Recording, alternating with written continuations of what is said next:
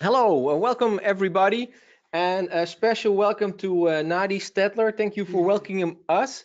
Today, we are very happy to give you some more information on how you can use LinkedIn as an academic transfer. And if I say that we are very happy, it really means us, and we do want to show you that we are here available, ready for you. In the Netherlands, it's 5 o'clock. We don't know where you are joining us from, but we'll promise to make it worth your while. And in order not to distract you too much, we will now close the camera and focus to the content of this webinar. So first things first, I don't know if you've been in webinars before, and if you have been in webinars, if you used the software that we are using. But if you want to share something with us, you're always free to ask questions through the chat function. You see a small screenshot here on the widget you have on your screen. We will also record this webinar so you can watch it later. And we have also a handout in which you can get the slides. So you know that you can make screenshots, you can write stuff down, but you can also listen back and read through the slides when you want. You can also eat or put on some music in the background if you like, because we've got everybody on mute. We are with more than 100 participants, 123 to be exact right now. So if we would have to work with microphones, it would be a little bit confusing. Now we are looking for this interaction, and that's why we also have some polls to get a little bit of an idea of where you are and how we could help you. So yeah, this is the first question that we really want to ask you, and you have some time, roughly about a minute, to answer it, and then we'll gladly share the results with you in order to also get an idea of where you're from. And Sandra was nice enough to specify that she's in the Netherlands, in Rotterdam to be exact, and other people are also joining us in this same time zone. Good. I think we had this poll running now for 30 seconds. I think that that should be enough. I want to share the results with you. And as you can see, a lot of people from Europe, but we especially welcome also the people from America who are now Africa in the morning. Yeah, in Africa it's probably the same time zone, give or less, and also very nice that we have participants from Asia, because you could be in a bar or you could be studying some other things and you decided to join an academic transfer webcast. So thank you very much. Now, in previous sections, we noticed that we talk a little bit too much, but I want to reassure you that the coming two slides are very quickly. It's just that we want to tell you once again and explain that Academic Transfer is a kind of peculiar organization. Can you elaborate on that? Yes, we are the job board for academics, scientists, and researchers in the Netherlands. And we are a cooperation of all Dutch research universities, university medical centers, and research institutes in the Netherlands. So we promote all their jobs. Yeah, and besides those organizations, we also promote fact cards we would like to share with you, because that's a platform with a lot of facts about the Netherlands, about arriving, living, studying, working, and doing research in the Netherlands. So if you're not from the Netherlands and you are looking for some more information, please check out our fact cards platform. So most importantly, we're a non-profit organization founded by universities and really working for scientists, not to make money, but to exchange information and give career advice and show basically where opportunities are in academia, but also abroad. Swan says, I can't hear you. Am I the only one? Swan, or yet? You're the first person to give us a shout out through this. So maybe it's the sound on your computer. Solved. Okay. It's solved. Thank you for, and you're back. And then we continue with the content. Yeah, other people confirm the audio. Thank you very much for that. So real to the meat of the story. Why can you use LinkedIn, or why should you have a LinkedIn account? That's what we're going to talk about first, and then afterwards, else we're going to explain and give some pointers about how to take what you can incorporate in your profile. So just to be sure, the second part is lots of information coming your way. You can also ask questions. The first part is more like, I will say, a thought exercise, and if you helping you getting a grip of what academic transfer is and why you could use it. But of all the participants that we have, we are very curious actually if you already have a LinkedIn profile, yes or no. So that's why we want to ask you if you have one, or if you do not have one, maybe you decide to join us as a primer. We are wondering if you said, well, I'm just hesitant, reluctant, or if you are already going full steam ahead. I think everyone. Oh. Yeah, not everyone voted yet, because we still have 80% of the votes. We see a nice reply that we did not expect. I say in all honesty, I will share with you in a bit. And it's kind of sad that we do not have the follow-up question lined up, because we didn't expect this one. And this is nice actually. Daniela Howe just shared her short link, and well, maybe if we have some time left, and if you like, Daniela, please confirm if it's okay to go over your profile. Maybe if a number of you have already profiles, we can do a quick online profile check and see if all the things that we mentioned during our talk are also can be found in Daniela's profile. So I hope she's not editing the profile as we do this webinar. But yeah, okay, we're gonna close the poll now, and of course share the results with you. And the overwhelming majority of you already have a profile. Now the next question is, of course, how often do you use it? Because else, can you give me an idea how often you go online to use your profile? I think every day. Okay, I have to agree with that. Well, maybe 5 or 6 days a week. Yeah. But we also know that some people say, yeah, I have a profile. And if you then ask them, what's the last time you logged in or you checked it out, it's already months ago. So this is the first tip. Even if you have a LinkedIn profile, we sincerely suggest or advise you, in order to get more out of it, use it on a weekly basis. It would be a shame to just go there once, create a profile and let it sit, because then you're not getting the most out of it. So little convincing for us to do, only 1% in doubt and 6% considering it. But we wanna, yeah, we wanna at least give you some pointers, and also if you have an account, maybe you have some new ideas about why you can use it. So we know who has a profile, and we know why it's important. Well, coffee is important, at least I think for for scientists. And yeah, this is what a lot of people think, that LinkedIn is actually for showcasing the things that you're good at. And it's not with lots of pictures or with moving images like Instagram or YouTube.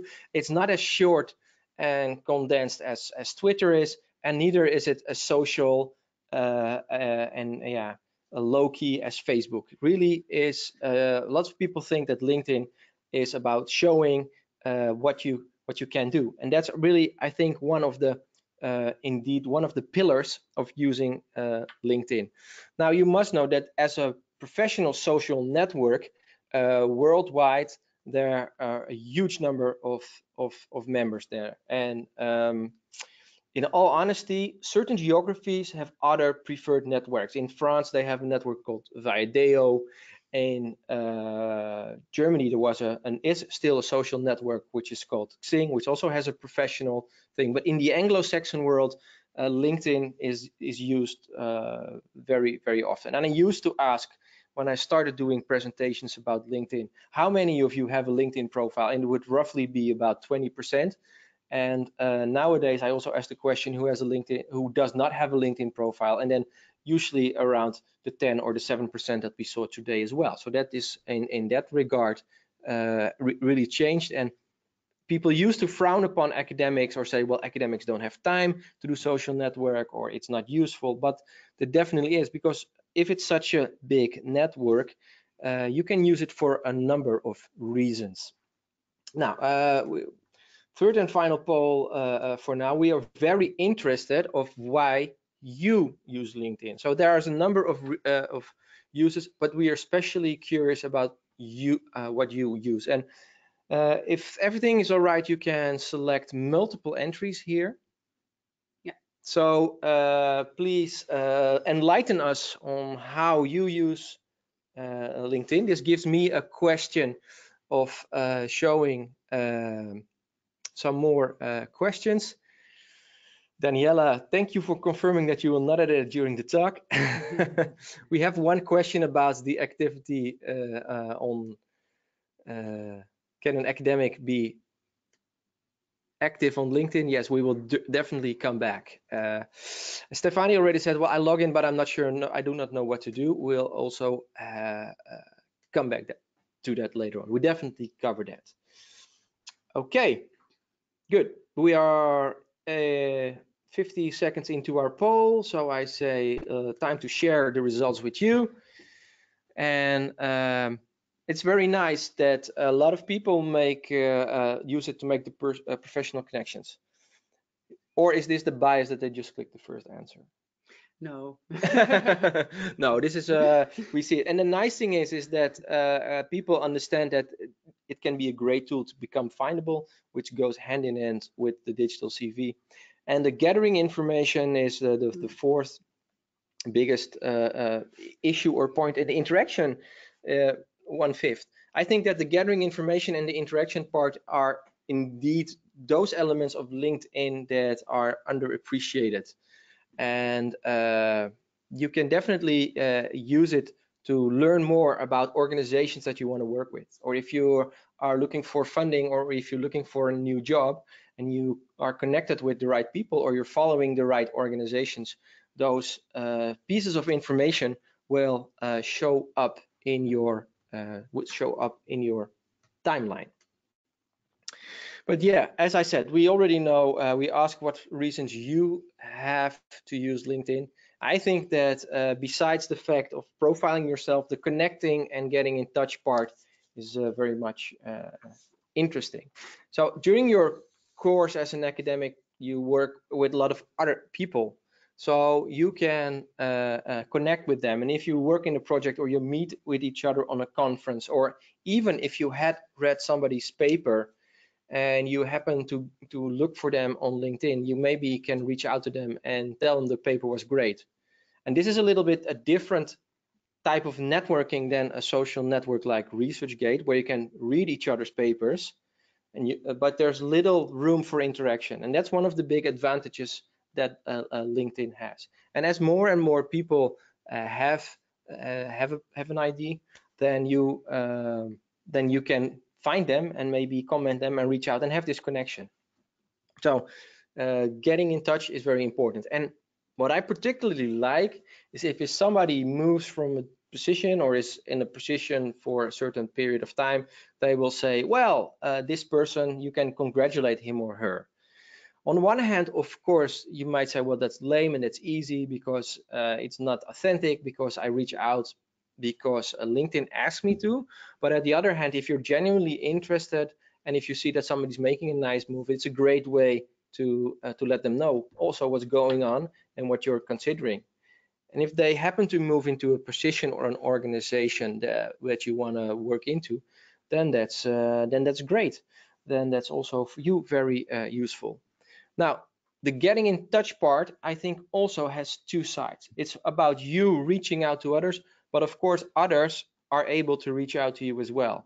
As an academic, you have a certain knowledge. You're a subject matter expert. So make sure that your expertise shines through. So then other people can find you. If there's a company or an organization that's looking for somebody with a special type of knowledge, or that knows how certain computer programs work, or has done into certain fields. If you have those keywords in your profile and people start looking through LinkedIn, then you want them to find you. So this is the way. If you have specific knowledge you want to transfer into industry, make sure that that knowledge is in your LinkedIn profile, because LinkedIn makes money by selling recruitment and selling advertisement. So all the big companies are using LinkedIn to recruit, and you can help them with making sure that you are findable.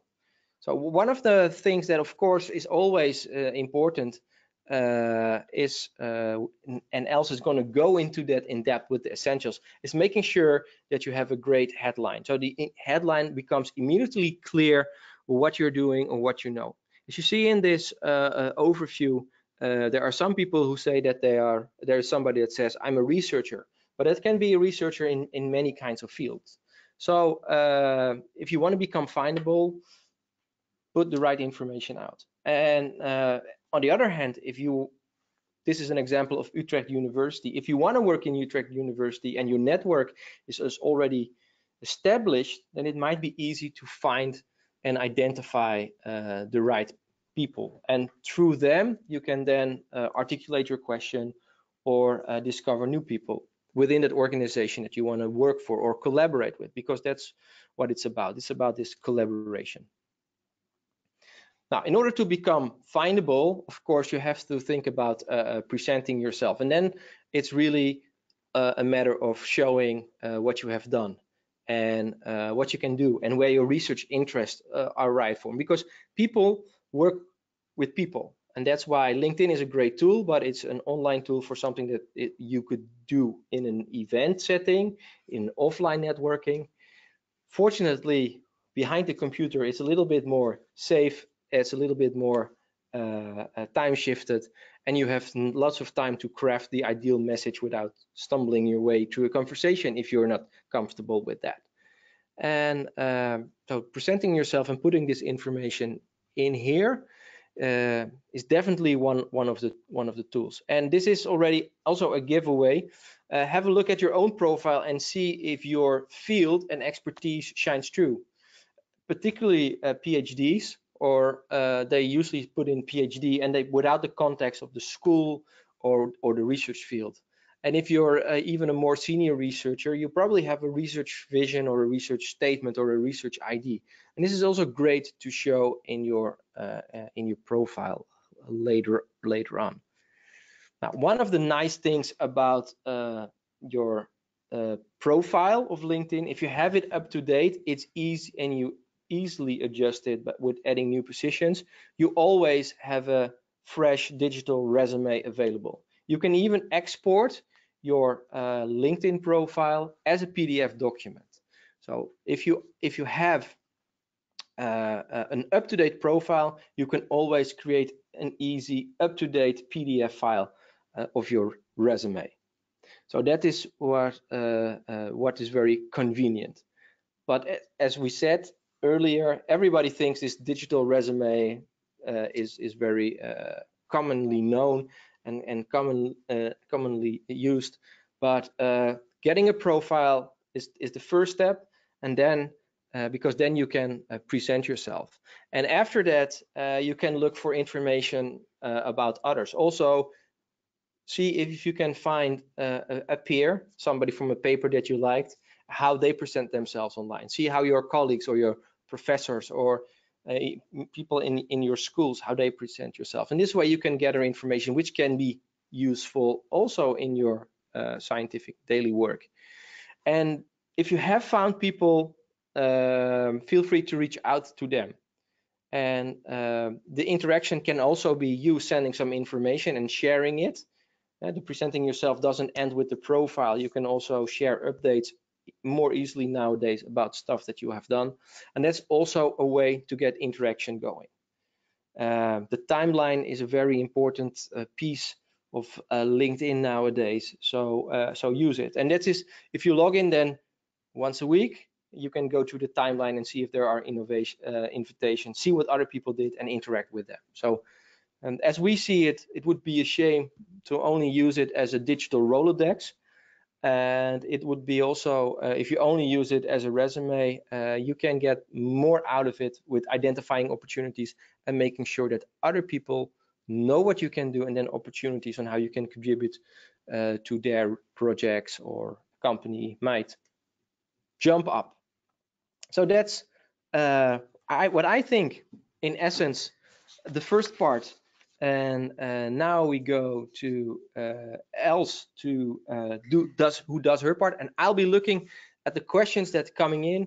And when Els is finished, we will go to the questions and we will check out Daniela's profile. Yes. Okay, the second part will be a bit more practical. I will show you how you can make your profile a little bit more professional. I'm not sure if you know, but you can control your profile yourself and you can decide what others can see. The first thing we advise you to do is to customize the URL of your profile. As you can see, I use my full name in my profile so people can easily find me. If I use an abbreviation or something like that, then it becomes more difficult to find me. And something we would like you to think about is, do you want the public to see your profile? Do you want to become findable in Google or other search engines? Because you can control this yourself. We think that it's important as a scientist to be findable, because it may lead to new career opportunities as well. So we both have a public profile, but you can decide it yourself. And I will show you how. When you click on your photo, then you have settings and privacy. If you click on that, then you will see this page, and you can edit your public profile and you can control how your profile appears to non-logged in members. So if you click on that, then you will go to, oh, no problem. You will go to this page, and as you can see on the right, you can edit your URL. We advise to enter your full name. That's your name. That's how people know you. And below that, you can see edit visibility. There you can choose if you want it to be public, or if you want to share your profile only with LinkedIn members or only with connections. So you can decide yourself who can see it. And even LinkedIn gives you the opportunity to choose what sections of your profile are public or not. So, yeah, and this is very interesting. LinkedIn changes features a whole lot of times, so we have to keep updating our slides like every few months, because they invent something new. And one of the major changes they made, it has to do with this, and I want to reassure you on that. If you make a change on your LinkedIn profile, and not immediately everybody will know. Some of you might still know that a couple years ago, if you added even a small point or letter, everybody in your network will be notified that you made a change. So this was becoming very annoying, and especially if you're under the radar looking for jobs and adding your profile, if you're working on something or you just like tweaking your page every day, then people would be harassed with that you made changes in your profile, and you had to turn it off manually. So nowadays you can do everything with your profile, and they will ask you if your network has to be informed. So that is very useful. Now this is also some kind of a tip. So make sure that you're not logged into LinkedIn, then Google yourself and see if you can find your LinkedIn page and what it shows. And if you're then happy, I mean, of course you want to keep your email or telephone number private, and then it's a great idea. But it would be a shame if you have a great headline and you do not share it. So then it's a great way to check how you look for people who are not logged in to it yet. Yeah.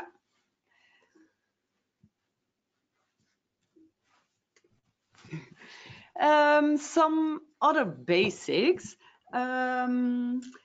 Start with a professional photo. There's always a discussion about should I add a photo or not. There are also some discussions about discrimination in recruitment. Our advice is to include a professional photo. Not having a picture can also give the wrong idea, like what do you have to hide? And also LinkedIn research shows that when you have a professional photo in your profile will be viewed 14 times more. So I think that's a good reason to add a photo. Some other basics, of course, your intro information like your headline, your current position. Don't forget your field, any contact info, or maybe you have a personal website. It's very important to add it as well. And add your background experiences like your jobs and your educations. And what I would like to mention is that don't only mention your job title. Sometimes a job title does not say a lot. People want to know what your main tasks were or what your responsibilities were. So add that as a description. You have the opportunity to add it when you fill in that part. And the same goes for education. Do not only mention your masters, but if you have a career in science or want to proceed in science, you can add some information about your master research, about your thesis.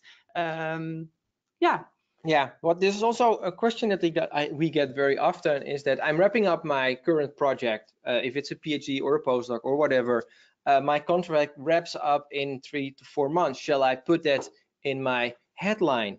And you definitely should do that, because if people discover your skills and they want to do something with it, then they know that you're available.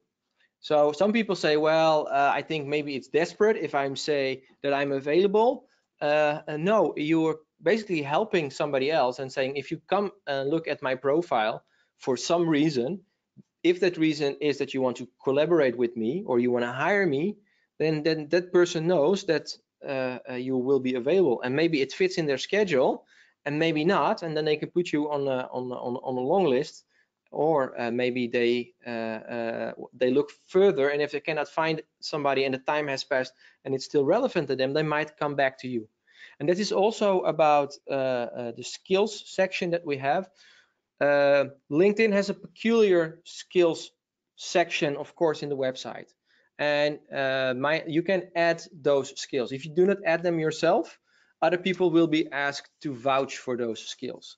Now, what a lot of people do not know is that the skills are very important as a matching criteria when people post vacancies.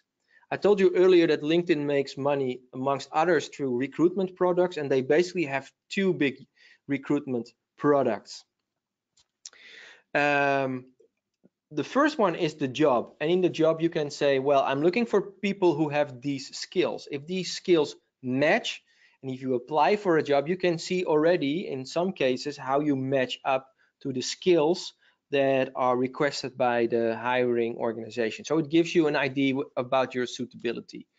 The other product is a database, and they look for candidates and like a resume search. And they also, if you know everything about hemoglobin and you have that somewhere in your summary, or if you know a lot about cardiovascular diseases and you have that as a skill, I had to practice for that one. If you have that as a skill and people start looking for people with that knowledge or have that experience, then it will show up. So yes, it is definitely used by recruiters, not only in academia, but also in companies, and more in academia too. So that kind of answers both the questions by Tibor, and there was also a question by Daval. So we covered those basics, and you should definitely put it in there. And I asked a question by Patapia about, should I include PhD candidate? Now, this is a really nice question. Yeah. I always say, what should you do with PhD candidate. You should definitely say PhD candidate and basically not use PhD student, because you're already setting yourself up as a professional. And in the Netherlands, you as a PhD, you're most often a PhD candidate and not per se a student. So do PhD candidate, but it would be really a shame if not to include your field. And if your research project has a long name and it's so complex that it's only for insiders, then try to find something that's commonly understood. So if you're doing something with experimental physics and you're working on some small nucleon, it might go a little bit too deep. But if you can then stick to experimental physics, then people at least know that you're in the natural sciences area and you're not doing something else. So you have 200 you have 200 characters at your disposal, so you can use that. But now further else, I do not want to interrupt your story. Yeah, I just want to show quickly. I think most of you know, because you most of you have a profile, but your profile is consists of different sections, and you can edit them by clicking on the pencil on the right. And if you want to add a profile section, you can click on the button Add Profile Section.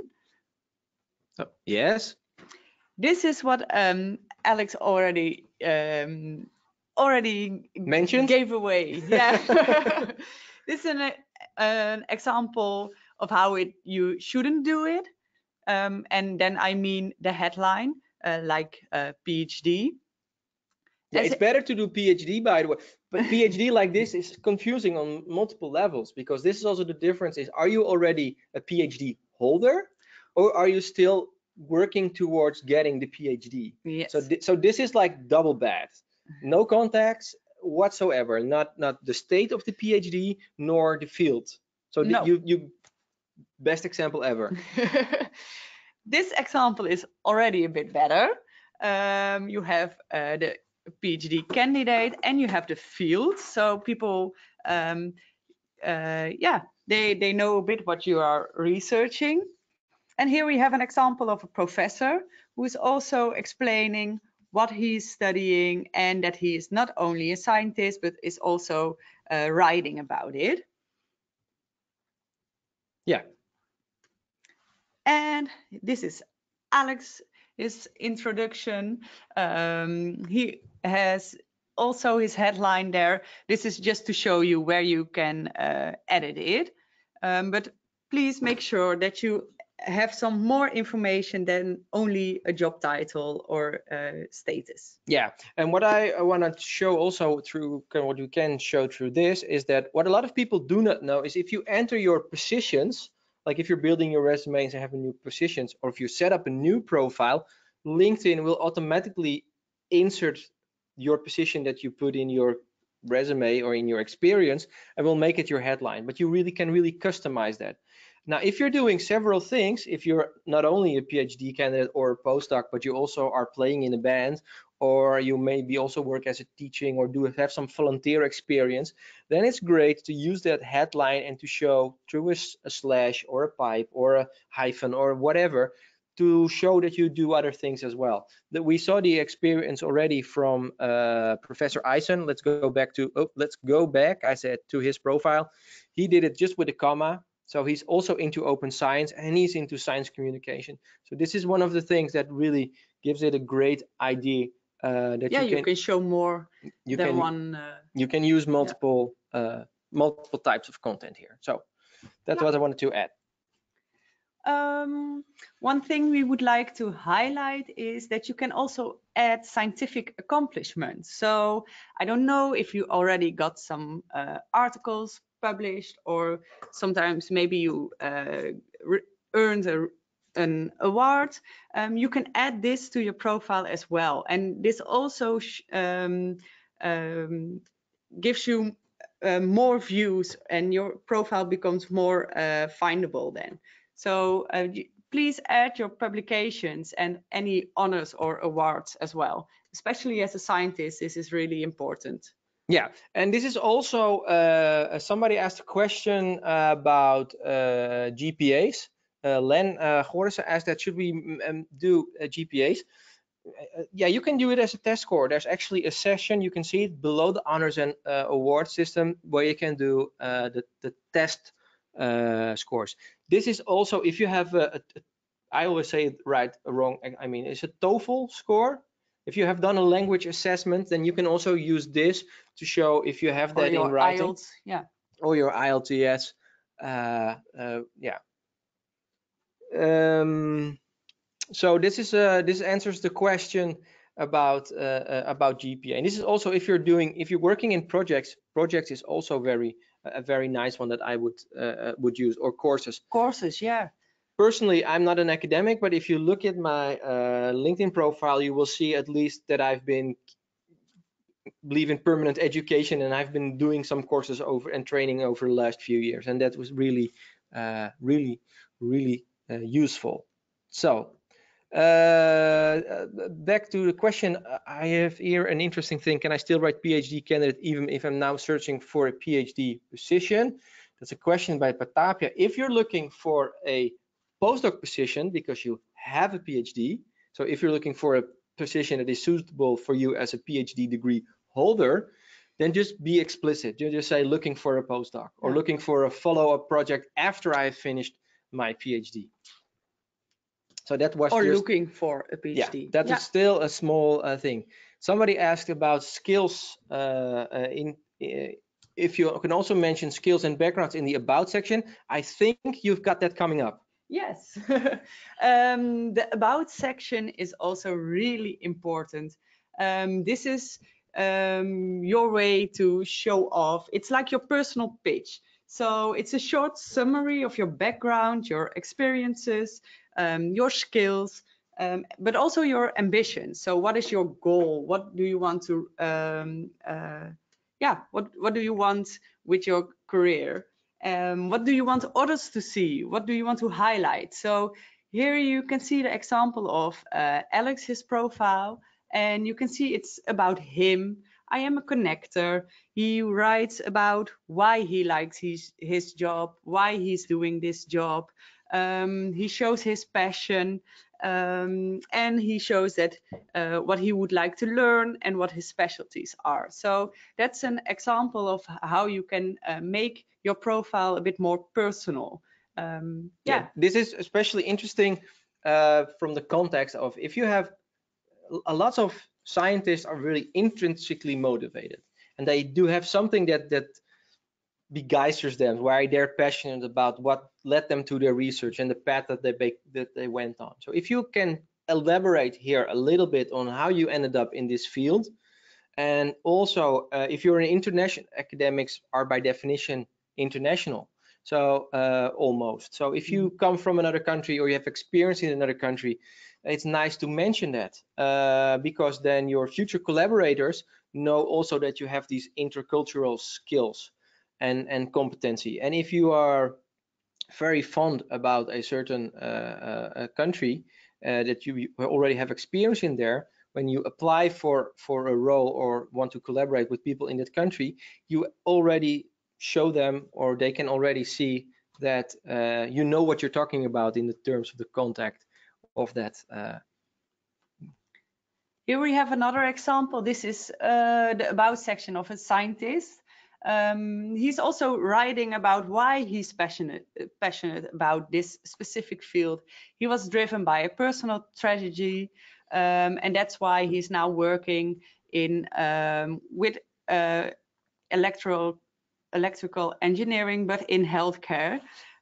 He's writing what he's researching, what his goal is, that he works in an interdisciplinary team, and what he's aiming to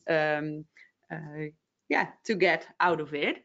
He's also referring to his personal webpage. If you have a personal webpage, or if you are already working at a university, if you have an employee page, you can also refer to that.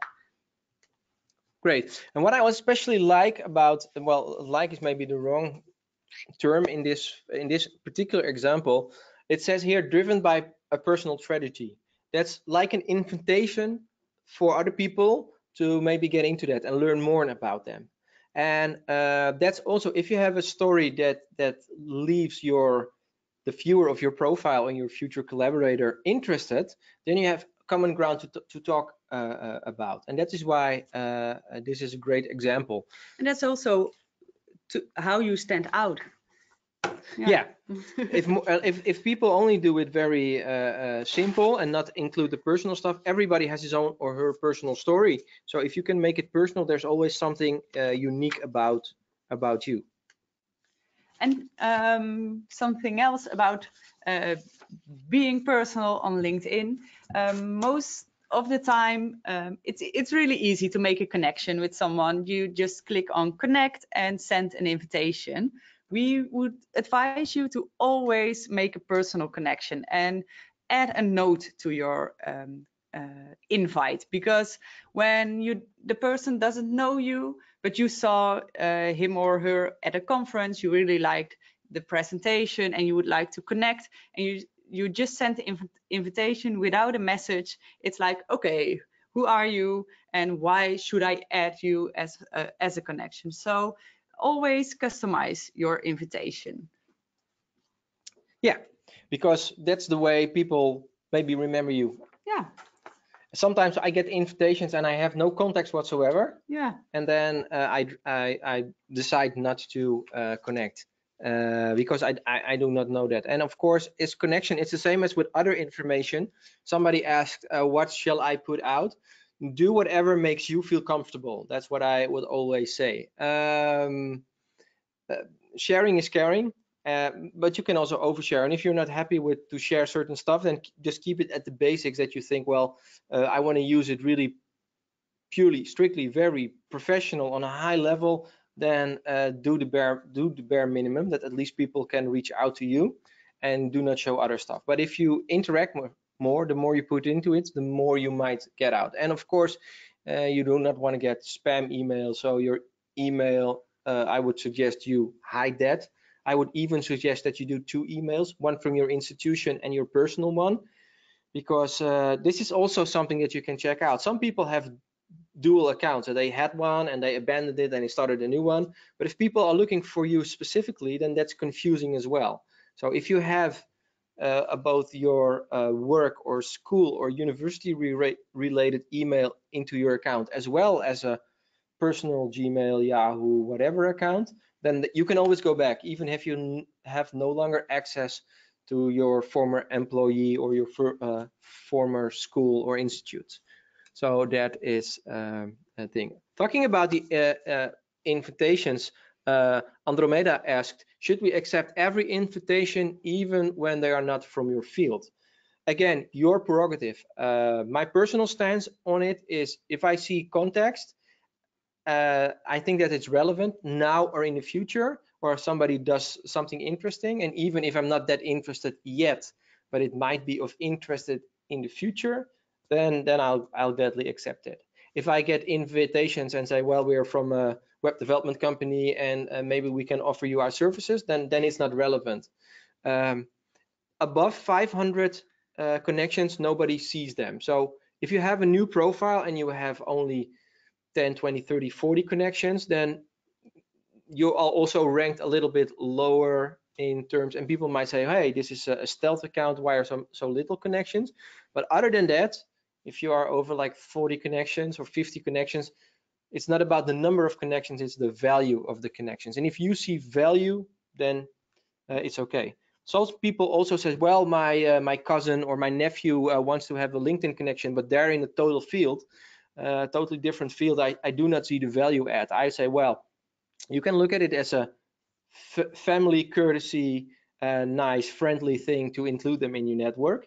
But if you're thinking, no, I want to keep it very focused on the ultimate goal, then stick with it. That's fine as well. And if you happen to accept somebody and then skip the connection, they will not be notified. So it's always, you can also go for accept the invitation if it's somebody that you like or think that you like. And if you accept the invitation and a week later think, well, why I didn't like that, then you can always throw them away. Shall we do key takeaways, or shall we wait with the takeaways until the Q&A? Yeah, we can wait with the key takeaways. Just answer some more So questions. we'll Yeah. do answer some more questions. Yeah. I'll start at the bottom because we heard that from others as well. There's actually a question. I'm looking. Can I put looking for a postdoc, and can I put in? I'm searching for a PhD position in social science. Can I put it in the headline too? Be clear about what you're looking for. Yeah. And if you're looking in a PhD position in social science, you can put it in your headline. I would even suggest, since social science is still a generic or broad topic, and you have already a master's work in a certain more specific area or an interest in 2 or 3 fields, that you make it a little bit clearer what you're really looking for. And you can use your about section for that. Then it's not in your headline. In your headline, you can say, oh, interested in PhD in social science, and you can then say, well, this is where my interest for social sciences, and this is my peculiar subfield that I want to do research on. As for looking for a postdoc position, basically same message, but this is very interesting. You could also say that you're looking for, this is the question by Anna. You can also say that you're looking for a experienced researcher position or senior researcher position, because if you're looking for a postdoc in academia, then everybody will understand what it is. But in industry, postdocs are not called postdocs. So the more specific you can be about what you're looking for, it's easier it is. And if you say, I would always explain it in the about section. Yeah. And looking for, it's a kind of lame remark, but everybody's looking for something. So if you know that when you are available or when you are about to finish your PhD, interested in a postdoc, then people will also know that, okay, by this date she will be available in that field. So then you don't have to put the question really upfront in their face. You can do it subtly, but if you want to say, well, I'm looking for a position in this area or field, then it's very very good as well. Okay, we had there's one question that I wanted to get back to about the courses. Courses from Coursera and online courses that you have done. Of course, it shows that you are eager to learn new things. Yeah. So that's and even if it's not directly related to your field, it's even actually better because it gives a broader idea about your interest as a person. You're an academic, but you're also a person. So it would be a shame if you only use it to give a one-dimensional view into your life as the knowledge expert and not include some of your other interests. Now, as for scientific publications, there are several ways that you can include scientific publications into your LinkedIn profile. Let's go back to this overview, because you see here list published works. So if you have something that is under review, then I would not list it per se under a publication. But what you can do is you can use maybe some other fields that you do. You can also in your about section say publications submitted there and there under review, and then you can at least mention it. You can also add articles on your profile. And this is and this is then that's what I also wanted to mention, articles. Thank you very much, because somebody asked a question about articles. That was also Anna. The article in LinkedIn is more like a blog post, so it's not the same as an article in terms of a publication. And if you have written a summary about your scientific article or scientific publication, then you can use, of course, that summary as an article in your timeline from LinkedIn. And I'm going to show you later on screen how that works. What you also have to take into account, if you pre-registered your publication on a pre-publication website, then of course you can use the preprint, and you can link also to the preprint from the website section. You can add a number of website links into your profile. I think we glanced over that one. But if you have a preprint up and you have a DOI or a unique identifier for your preprint, you can of course also refer to that article that way. Okay, conference papers and presentations, excellent example. Good question, Gordon. This is a very easy part that you can just upload and include in your about section. If it has a hyperlink, then you can definitely refer to that.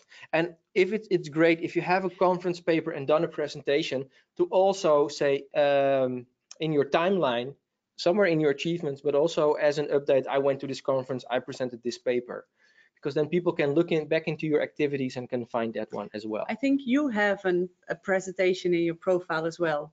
I do. So I do. If you want an example, this is a great moment. This is a great moment actually to switch over to the profile that we promised to check. We're going to go into the profile. I'm going to have to make a switch in my screen. Daniela. Yeah, we go to Daniela's. You see Daniela's profile here as I am logged in. And let's see if we have what we discovered. The first thing that hits me is that, okay, I'm not sure yet what field Daniela is in. I love the fact that she's writing and that she's a researcher, but it can be in lots of different things. So I have to click open the About section, and then I have to find if I can see what her specific research expertise is. It's still a little bit general, and I'm going over it very quickly, so I'm not reading it very thoughtfully. But it's personal. That's what I like. That's definitely very good. And this is great that she has been in literary for. Now I see physiotherapist. Great. And there's a nice period here. And the description is well used. Yeah. For every job. Yeah. And this is very interesting because NHS acronyms. There are two things that you can do with acronyms. You can say, well, everybody should know or does know that the NHS is the National Health Services, but I actually had to think a little bit harder. So maybe if you check out the National Health Service, they probably have a logo as well. Now, this is what I like. Also, undergraduate, 2 more roles. Very, very interesting. Combination of elements that she did, what you did here, Daniela. I have to, and the fact that you're currently working in Maastricht or have done your master's degree, this is something really. Now I read your education, things really tie together for me. You have always done something with, you like human physique and physical things, so that's why you did aerobics. That's why you did physical therapy. And you're now also in human movement sciences. So you have a distinction. So it's a little bit a shame that I had to scroll all the way down to discover that you're a researcher with a passion for how the human body works, or with physiotherapy or joints or ligaments or what have you not. So this could be used a little bit more. I like the fact that it has a clear and recognizable picture, and also the picture in the headline. If I go to the contact information section, I am only referred to your LinkedIn profile, which is good. But maybe if you are a scientific writer, you can show some writing examples. Maybe you have another website where you have some publications or the reviews that you did. Maybe if you're, where are you doing this review work from? And then it's maybe nice to see where it is. So then you can add also an additional point. Really love the volunteer experience, but also wondering right now, if I reach out to you, what can I ask you, or what are you looking for? So my suggestion. What is your ambition? Yeah. My suggestion would really be, this is a great starting point. If you want people to reach out to you, give them something to respond to. You have activity, so this is great. And you're already, this is the activity stream. Somebody says, what is the activity stream? Well, this is the activity stream. And you can see that Daniela liked this. She has also written something in Dutch about driving very fuel efficient. And this is also something that, are you making it bilingual, or are you making it Dutch or English? If you say, well, I have an international audience and I would also like to write in English, then you can maybe say translation available on request. Or if you already have something there. So then this is a great way of showing what you're interested in also. And I love the picture of the coast. This is a great example, Daniela. I applaud you for this, of showing that you can also use LinkedIn on with a kind of a personal touch. So all in all, I think some of the pointers that we gave out are already dead. And she asked, I shall add, I'm looking for a PhD. Definitely do so.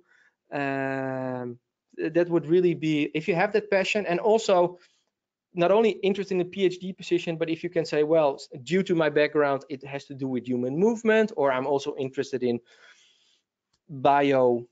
maybe bioengineering, or how you say that, that you fake joints, whatever. If you can tweak that message a little bit. I see it's almost 6 o'clock. I think it's almost 6 o'clock, and I have some more questions about how to include information. If you have multiple roles, and I wanted to show you that, and I will show you based on my own profile, because you said something about a presentation, and let's see how that works in practice. I have in my about section, I have two links, and I also included in my experiences. So if you have multiple roles, this is the way to do it.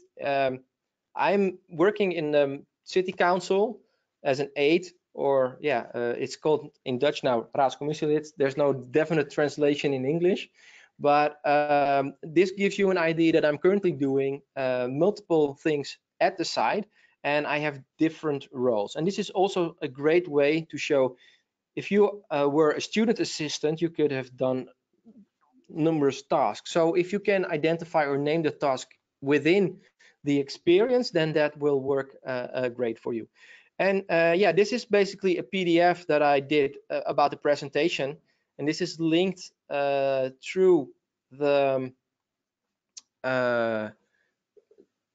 where you can share PowerPoints, but you can also basically just add a PDF. And this is a way also to do publications if you've done a certain project.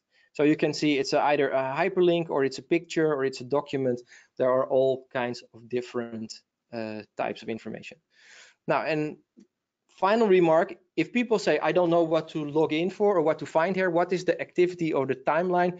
This is basically what LinkedIn is doing, that if you log in, you'll see that all the people that you're connected with, what they are doing. And you see some groups and some hashtags that you can follow and that you have interacted with. And if you follow a company and they post something interesting, it will show up here. So this is a great way. Somebody has here defended a PhD. So if you're doing a trajectory or you have something academic to share it here, then people know what you're working on. And you might stumble about something very interesting. So I don't know if somebody's interested in genetic cancer predisposition, tumor genome mutational profiling PhD at Radboud UMC, but this is more and more proof of that.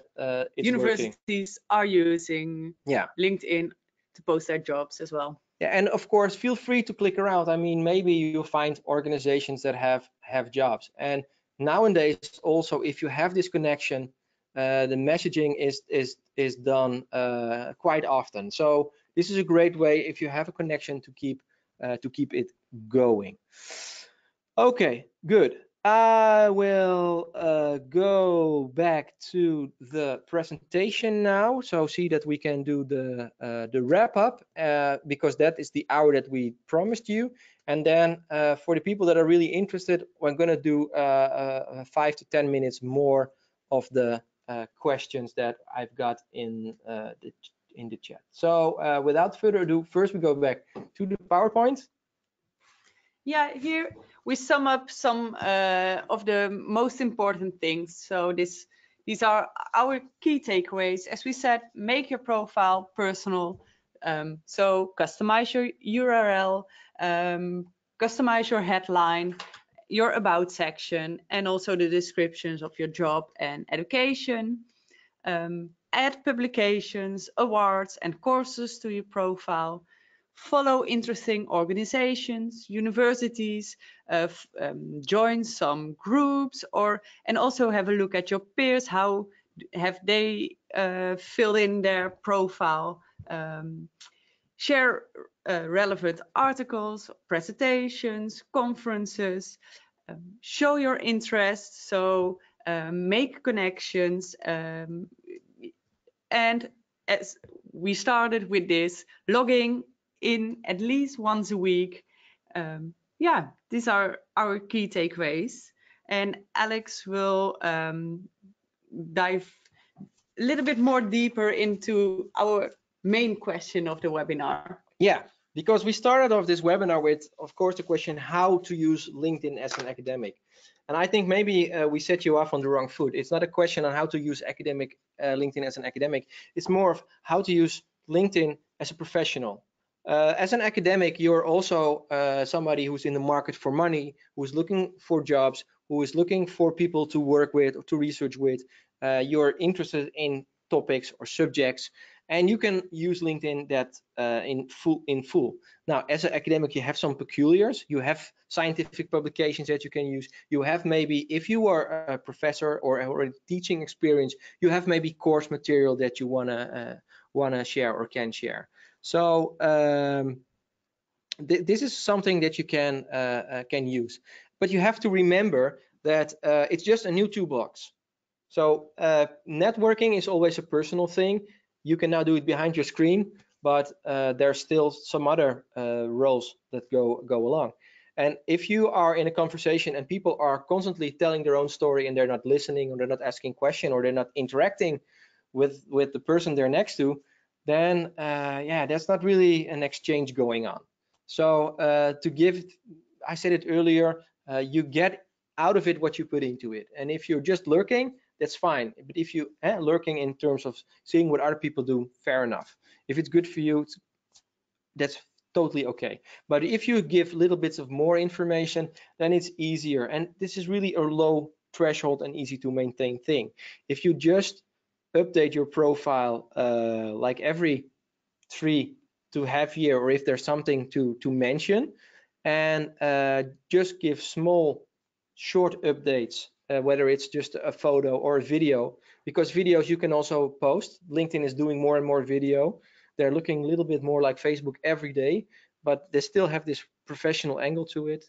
Yeah, that works great. And at the end of the day, it's about making a connection. So if you have a great video that people can relate to, then that's nice. And if you share something about research that can help other people or that can bring you forward, then it's great. But then it's still having it's about having this connection. So we still have some time left. If you say, well, you said it would be an hour, and now I don't have time anymore, watch the recording afterwards. I'm going to do some more and more questions that we set up earlier. So I say be active on LinkedIn. How can an academic be active on LinkedIn? So it's a two-tier thing, making sure your profile is right. Reach out to people who you think you are relevant for and that are relevant to you. That's the first thing. And the second thing is use those short share things about an article that you read, a conference that you're going to, something nice and interesting that happened in your lab, but also with collaborators. Or if your team is looking for a new member, you can share the job, of course. Yeah. So, oh yeah, this is a great question that asked by Nadi. What is the difference between free and paid for versions of LinkedIn? Everything we show you can be done as a free account. I personally do not see the value add for me to do a paid account. I know that if you're job seeking, you can get some paid accounts that you have some extra features that might be useful for you. But in the basics, all the stuff that's available can be done for free as well. So that is good to take into account. Yeah, keywords, mentioning them in the summary, mentioning them in the job details, or mentioning them in the skills. I say, why choose if you can have everything? Maybe you should change a little bit.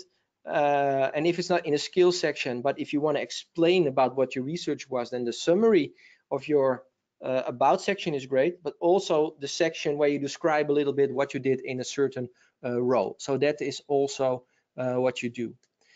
We discovered already the different responsibilities. We already said something about that. And yeah, there's no benefit in subscription, as we would say. Yeah, this question is keep coming back again and again. So I'm going to say it again. Is it good or wise to write in your ring profile that you're looking for a certain kind of job? Is it acceptable and respected? People really like people that know what they want. Yeah. I always give the if you apply for a job and people say, what can you do? And you say, I can do everything. Then they say, well, maybe we're not looking for somebody who can do everything, but we're looking for somebody that knows what they want to do and know what they can't do.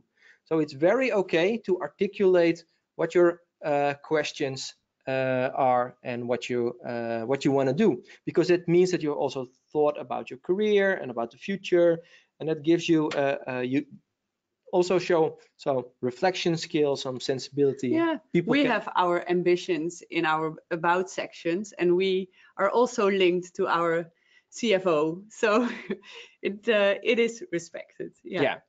So okay, Dimitri asked me, what can I get from following organizations? Like I said, if they do updates about what's going on in their environment, they might share jobs, they might share something about a contract or a company that they're working with. And if you want to work with these people, either as a job or you might discover that they have funding, then it's great that you have this little nugget of information.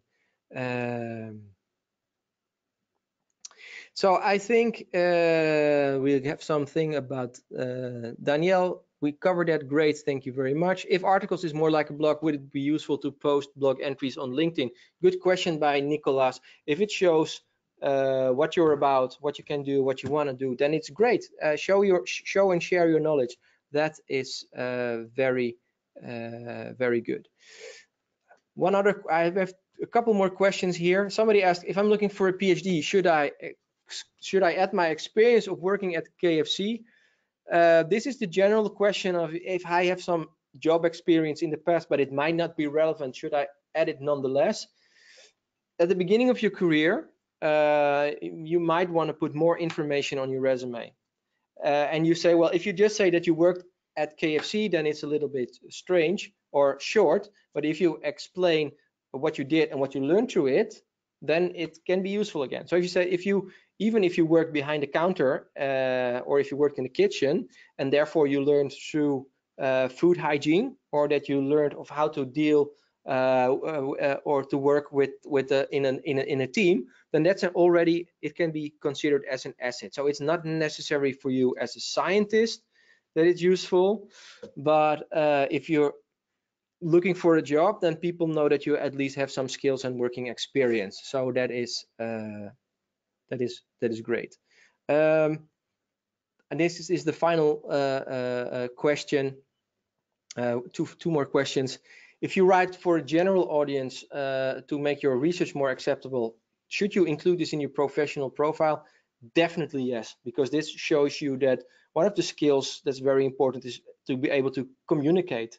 And if you're writing about your research in an accessible form, that it gives you definitely as an academic an advantage, I think, nowadays.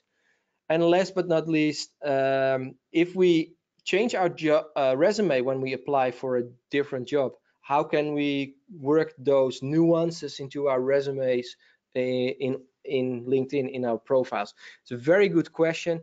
I think that show the facets that you have, and then or change your profile for only that application. But if you're a multifaceted, multidimensional person with several interests, then it's okay to show them all. That would be all contributing to this.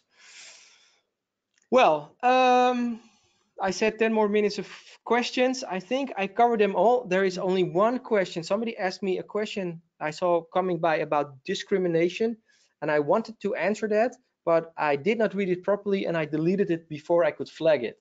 So if you asked a question about discrimination through LinkedIn, please feel free to send it again at this moment, and then I will answer this.